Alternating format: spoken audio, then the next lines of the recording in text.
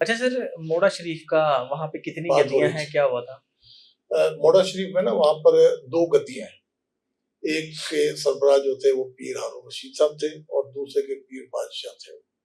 मुख्तलिफ बुजुर्गों की कब्रें थी, कुछ उसके गद्दी नशीन थे, कुछ उसके गद्दी नशीन थे। इनके दरमियान टसल चलती रहती थी पहले भी।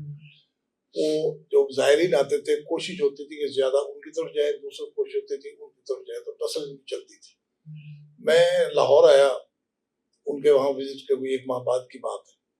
तो मुझे फ़ोन आया रेजिडेंट मजिस्ट्रेट का आरम साहब का कि जी वो पीर रशीद साहब ने आज दूसरा पीर बादशाह की जो बाजार है वो गिरा रहे हैं। तो फिर कि जी मैं पुलिस के साथ वहाँ पहुंचा हूँ और हम उन्हें रोकने की कोशिश कर रहे हैं। मैंने कितनी पुलिस कि जी हमारे पास 30-40 मुलाजिम हैं, डीएसपी साहब भी थे। तो मैंने डीएसपी साहब से कहा मैंने कि रोके ही नहीं कि ये बड़ा मुश्किल है रोकना, इतने लोग उनको 200-250 मुजाहिरीन है वो कर रहे हैं ये वो।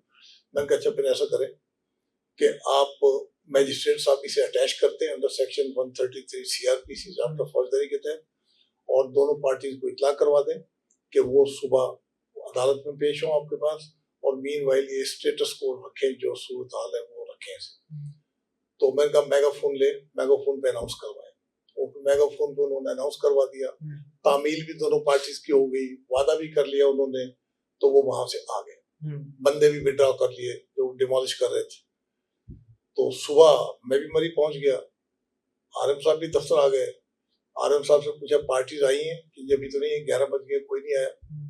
तो मैंने कहा चलो वेट कर ले आ जाएंगे। थोड़ी देर बाद डीएसपी साहब आ गए कि जी वो तो सारा कुछ उन्होंने कल गिरा दिया जब छोड़ आए थे, रातों रात गिरा दिया।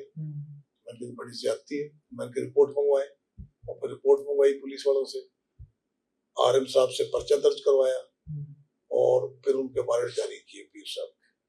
उन्हें इतला मिली, पीर साहब वहां से पिंडी चले गए, इस्लामाबाद रवाना हो गए वहां से।